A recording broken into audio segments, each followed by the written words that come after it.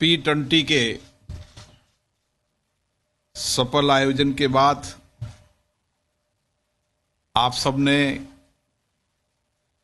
P20 सम्मेलन में सहयोग किया। राष्ट्रीय अंतर्राष्ट्रीय स्तर पर P20 सम्मेलन के महत्वपूर्ण बिंदुओं को मीडिया के अलग अलग माध्यम से देश में भी अंतर्राष्ट्रीय स्तर पर भी एक सकारात्मक वक्तव्य, सकारात्मक चर्चा में आपका योगदान रहा। इसके लिए मैं आप सबको धन्यवाद देता हूं। विशेष रूप से मैंने आज आपको धन्यवाद देने के लिए बुलाया है क्योंकि आप 2 दिन तक यशोभूमि में रहे हैं और मुझे पता है कि यशोभूमि में मैं आपसे चर्चा नहीं कर पाया, लेकिन फिर भी आपने यशोभूमि की चर्चाओं को, संवाद को सकारात्मक रूप से देश के सामने प्रस्तुत रखा। मैं आप सबको नवरात्रा की बहुत बहुत शुभकामनाएं देता हूं, बधाई देता हूं। नवरात्रा का पर्व शक्ति का पर्व होता है और विशेष रूप से हमारे देश में बहुत धार्मिक आस्था के साथ इसको मनाया जाता है। P20 सम्मेलन की एक पृष्ठभूमि जिसके बारे में मैंने कुछ पहले भी जिक्र किया था, 2018 में IPU जो इंडियन पार्लियामेंट यूनियन है उसके सहयोग से ये शिखर सम्मेलन आयोजित किया गया था। वह अर्जेंटीना में था। उसके बाद 6वां सम्मेलन जापान में, 7वां सम्मेलन इटली में, 8वां इंडोनेशिया में और 9वां सम्मेलन भारत में आयोजित किया गया। मेरा जापान में, इटली में और इंडोनेशिया में मेरा तीनों P20 सम्मेलन में जाना हुआ था और मैं आज ये कह सकता हूं कि 9वें P20 सम्मेलन में सबसे ज्यादा देशों की उपस्थिति, सबसे ज्यादा प्रतिनिधियों का आना और सबसे ज्यादा लंबी चर्चा, संवाद करना,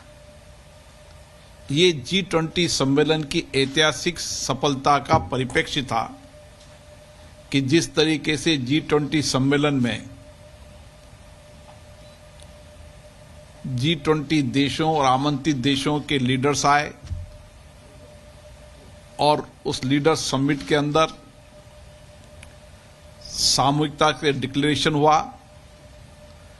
उसका प्रभाव कहीं न कहीं P20 में भी नजर आया कि अधिकतम देशों के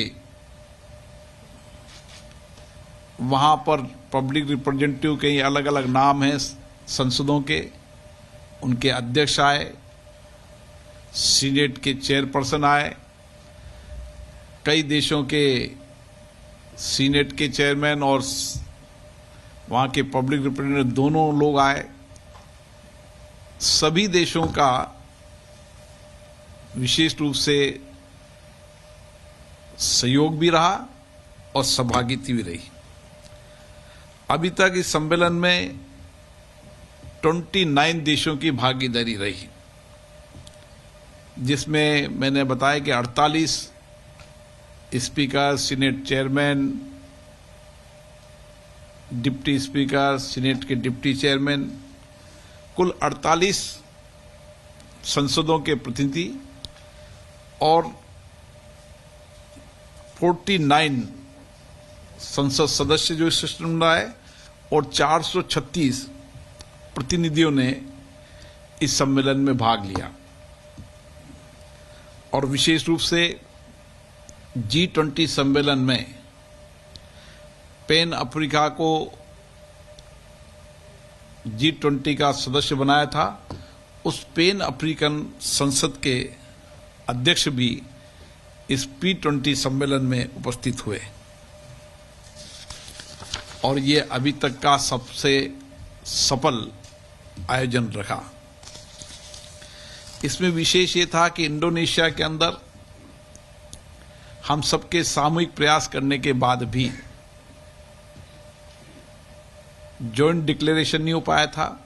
क्योंकि G20 और P20 में एक परंपरा है कि सभी देशों की सहमति,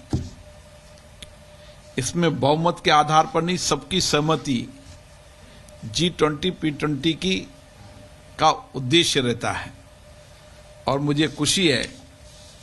कि इसमें जॉइंट डिक्लेरेशन में सबकी सहमति रही, लगातार प्रयास चलते रहे और G20 के डिक्लेरेशन के परिप्रेक्ष्य में पार्लियामेंट की जॉइंट डिक्लेरेशन अपने आप में सबके सहयोग से, सबकी सक्रिय भागीदारी से ये संभव हो पाया। मैं सभी देशों के प्रतिनिधियों का इसके लिए बहुत बहुत धन्यवाद देता हूं, जिन्होंने विशेष रूप से इस विषय पर लिया। G20 देशों के विषयों के बाद P20 जिन विषयों पर चर्चा की, उन 4 विषयों को हमने विशेष रूप से लिया। SDG के लक्ष्यों को जल्दी प्राप्त करना, उसकी प्रगति का आकलन करना, सतत ऊर्जा ट्रांजिशन, लैंगिक समानताओं में महिलाओं का विकास और नेतृत्व में भूमिका, सार्वजनिक डिजिटल प्लेटफॉर्म पर के माध्यम से लोगों के जीवन में परिवर्तन। विशेष रूप से प्री समिट में जो हमने विषय लिया, वो विषय बहुत महत्वपूर्ण था। माननीय प्रधानमंत्री जी ने पर्यावरण अनुकूल जीवन शैली लाइफ की अवधारणा प्रस्तुत की थी और उस लाइफ मिशन पर प्री समिट पर हमने चर्चा की और विशेष रूप से सभी देशों के पीठासीन अधिकारियों ने और वहां के रिप्रेजेंटेटिव और वहां के प्रतिनिधियों ने जिस सकारात्मक रूप से चर्चा की और अपने अपने देश के अंदर लाइफ मिशन के अंदर चलने वाली चर्चाओं संवाद को बताया। कहीं कानून बनाने का काम हुआ है, कहीं लाइफ मिशन पर उनकी संसदों में चर्चा हुई है, लेकिन सब संसदें एक मत की रही कि विषय वैश्विक विषय सबके साझे प्रयासों से संभव हो पाएगा, सबके सहयोग से हो पाएगा। ये किसी एक देश का विषय नहीं है, इसलिए इस विषय पर सभी संसदों ने माना कि इसको जन आंदोलन बनाना चाहिए, क्योंकि संसद में पब्लिक रिप्रेजेंटेटिव आते हैं, इसलिए संसदों की बहुत बड़ी भूमिका रहती है। और मुझे आशा है कि सभी संसद इसमें अपने अपनी संप्रभुता से जो उनके नियम प्रक्रिया होती है, उस नियम प्रक्रिया के तहत चर्चा करेंगे और उस देश की भौगोलिक आर्थिक स्थितियों के अनुसार एक जन आंदोलन बनाएंगे, ताकि आम जनता अपनी जीवन शैली को पर्यावरण के अनुकूल अपनाए। क्योंकि भारत जैसे इतने बड़े देश में हमने पर्यावरण के विषय को लेकर बहुत गंभीरता से लिया है और आज हम कह सकते हैं कि जलवायु पर्यावरण के विषय के अंदर भारत नेतृत्व कर रहे हैं। भारत के प्रधानमंत्री जी इस विषय पर एक वैश्विक दृष्टिकोण देश के सामने रख रहे हैं और संसदें क्योंकि बहुत महत्वपूर्ण होती है, इसलिए वहाँ की जो संसदों की प्रैक्टिस है, परंपराएं, प्रपाटियां, वहाँ की चर्चा संवाद होगा, उसको हम साझा करेंगे तो हम इस मिशन को एक नई दिशा दे पाएंगे। इसी तरीके से SDG के बारे में सभी माननीय पीठासीन अधिकारियों ने एक मत रखकर SDG के लक्ष्यों को जल्दी प्राप्त करना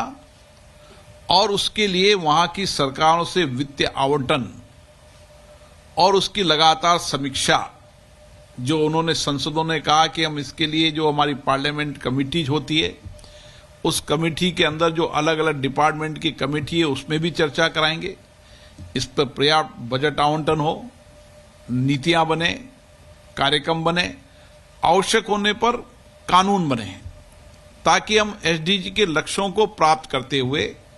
वहां के लोगों का परिवर्तन कर सके। और मुझे आशा है कि 2030 जो लक्ष्य रखा है, कई देश उसके पहले इन लक्ष्यों को प्राप्त कर पाएंगे। भारत भी उसमें से एक देश है जिन्होंने कई बिंदु पर लक्ष्यों को प्राप्त कर लिया है, और हमने पूरे देश के समकक्ष विकास के दृष्टिकोण को रखते हुए आकांक्षी जिला, जो जिले विकास में पीछे रह गए उनके आकांक्षी जिला, अब उनको तहसील उपखंड स्तर पर भी लाने का प्रयास किया जा रहा है, जिसका एक विशेष प्रयास होगा। ऊर्जा ट्रांजिशन पर भी अलग अलग देश के लोगों ने विचार रखा, और देश के लोगों का मानना था कि हरित ऊर्जा, हाइड्रोजन, जैसे विशेष रूप से ब्राजील ने कहा कि हमने 50% लिया है, कई लोगों संसदों ने कहा हमने कानून बनाया है, सिंगापुर ने कहा कि हम आने वाले समय के अंदर हमारी जितनी भी व्हीकल्स हैं उनको हम इलेक्ट्रीफाइड करने जा रहे हैं। ऐसे अलग अलग देशों ने अपने अपने विचार रखे, लेकिन सब एक मत के थे कि हमें इस दिशा की ओर कार्बन उत्सर्जन को कम करना होगा, तो हमें अपने अपनी संसदों में चर्चा भी करनी होगी और आवश्यक कानून भी बनाने होंगे। और उसके लिए ग्रीन ट्रांजिशन को प्राथमिकता देते हुए मुझे लगता है कि भारत ने जो अंतर्राष्ट्रीय सौर गठबंधन और अंतर्राष्ट्रीय बायोफ्यूल जैसे गठबंधन की पहलों का सभी संसदों ने समर्थन किया। भारत की संसद के पीठासीन अधिकारी के नाते हमारे डिप्टी चेयरमैन साहब ने इस विषय पर भारत के पक्ष को रखा, और सबने माना कि भारत इस दिशा के अंदर, ठीक दिशा के अंदर नेतृत्व कर रहा है, दिशा में है, और इसके बेहतर परिणाम आने वाले भविष्य में दिखेंगे। लैंगिक समानता, महिला नेतृत्व, विकास के विषय पर सभी संसदों का मानना था कि हमें अपने अपने देश के अंदर सामुदायिक विकास करना है, सबका विकास करना है, तो महिलाओं को एम्पावर्ड भी बनाना पड़ेगा, समानता भी हो और विशेष रूप से नेतृत्व भी हो। और सभी संसदों ने अपने अपने स्तर पर जहां आवश्यकता हुई कानून बनाने का काम किया है, और बहुत अच्छे सुझाव जिन जिन संसदों ने महिला, लैंगिक समानता, उनके विकास, उनके नेतृत्व पर काम किए, उन पे अलग अलग विचार सभी संसद के पीठासीन अधिकारी, सीनेट के चेयरमैनों ने रखा। एक सार्थक चर्चा हुई, और इस सार्थक चर्चा से एक बेहतर परिणाम ये निकलता है कि उनकी संसदों के अनुभव, विचार, जहां आवश्यकता कानून बनाने पर हम बेस्ट प्रैक्टिसेज को साझा करने का प्रयास करते हैं, क्योंकि सभी संसदें अपनी अपनी संप्रभुता होती है, और इसीलिए हर देश की भौगोलिक स्थिति अलग होती है, राजनीतिक स्थिति अलग होती है, आर्थिक स्थिति अलग होती है, लेकिन सब एक मत के थे कि हमें इस दिशा के अंदर गंभीर प्रयास करना चाहिए। और विशेष रूप से उन्होंने भारत के अंदर लोकसभा, विधानसभाओं के अंदर जो रिजर्वेशन का कानून लाए संविधान संशोधन, उसकी भी प्रशंसा की, और हमने बताया कि किस तरीके से हम गांव से लेकर, शहर से लेकर और देश के हर लोकतांत्रिक संस्थाओं में, निर्णय में, नीतियों में, कानून बनाने में उनकी भागीदारी बढ़ी है। और निश्चित रूप से महिला नेतृत्व की दिशा के अंदर भारत तेज गति से हर क्षेत्र में बढ़ रहा, चाहे विज्ञान का हो, टेक्नोलॉजी हो, सामाजिक क्षेत्र और दिशा के अंदर काम कर रहा है। सार्वजनिक डिजिटल प्रेरणाओं के माध्यम से जीवन परिवर्तन हो, इस विषय पर भी सभी संसद एक मत थी। सभी संसदों ने माना कि हम प्रौद्योगिक क्षेत्र में तीव्र गति के विकास को उन्होंने स्वीकारा,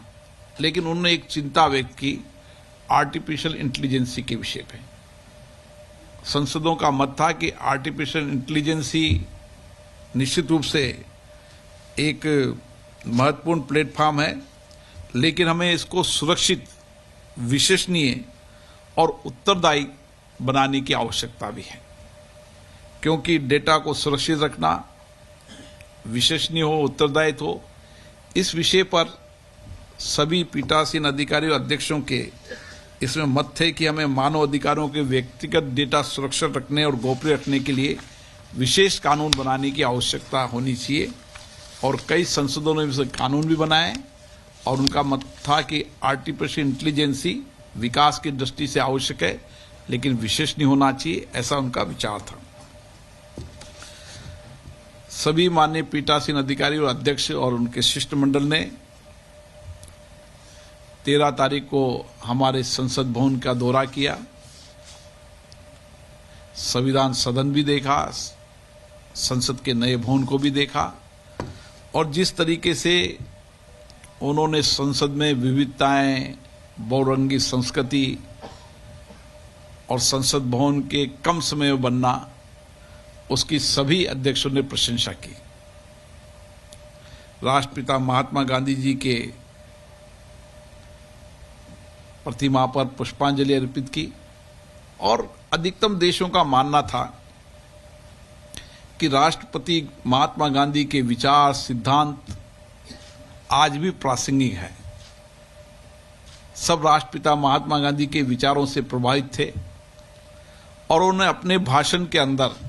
अलग अलग स्पीकरों ने महात्मा गांधी जी के विचारों को भी अपने भाषण में उन्होंने शब्दों में कहा, और आज की परिस्थिति में मानते थे कि महात्मा गांधी के विचार प्रासंगिक है। और मुझे खुशी है कि दुनिया के सबसे बड़े लोकतंत्र को देखकर जिस तरीके से हमारी पार्लियामेंट है, और पार्लियामेंट डिजिटल और पेपरलेस पार्लियामेंट है, और हमारी संसदों की क्षमता निर्माण के लिए हमारी जो अलग अलग हमारी संस्थाएं हैं, हमने प्राइड के बारे में बताया, हमने किस तरीके से दुनिया भर की संसदों को, संसद सदस्यों को कानून बनाने में, रूल्स बनाने में, और किस तरीके से हमारा संविधान के आधार पर हम संसदें चलती है, उससे बहुत प्रभावित हुए। और हमने ये तय किया है कि आने वाले समय में लेजिस्लेटिव ड्राफ्टिंग के लिए भी हम एक एक्सपर्टीज का ग्रुप बनाएंगे। ये भारत के अंदर भी आवश्यकता है और विश्व के अंदर भी इसकी आवश्यकता है। पिछली बार बांग्लादेश, श्रीलंका,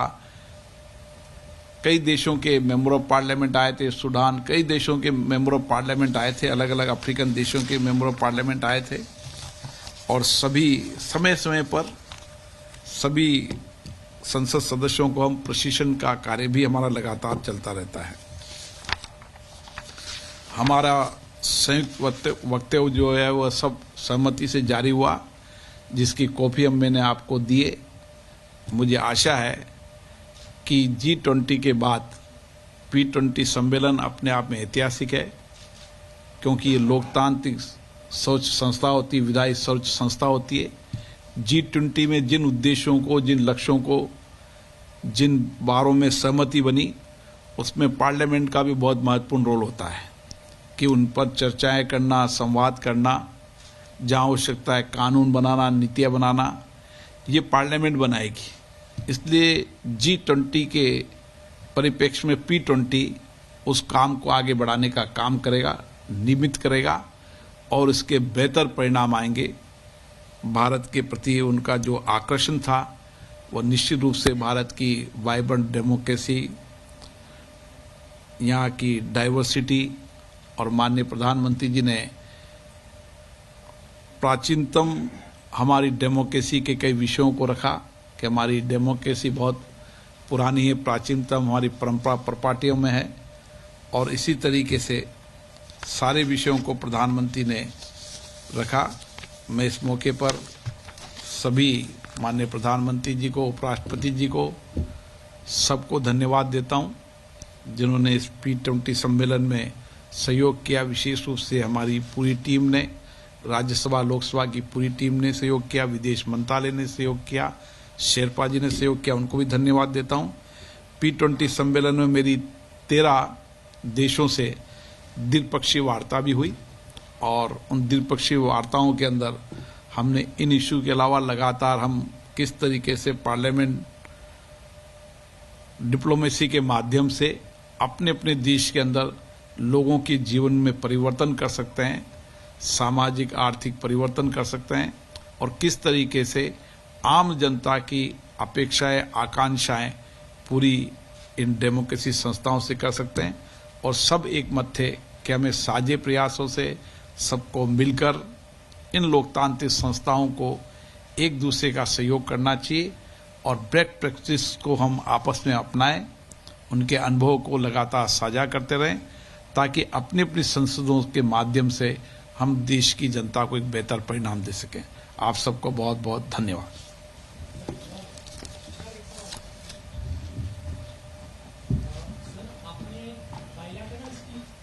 सर, आपने बायलैटरल्स की बात की, तो अध्यक्ष जी खबर यह आ रहा है कि टर्की के साथ आपका जो बायलैटरल था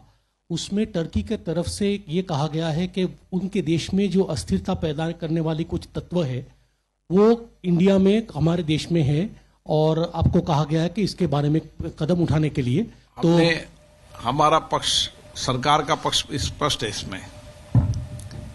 प्रधानमंत्री जी ने अपने वक्तव्य में भी कहा था और पार्लियामेंट की तरफ से विशेष रूप से सरकार का पक्ष होता है। ये बिल्कुल आप सुन रहे थे लोकसभा अध्यक्ष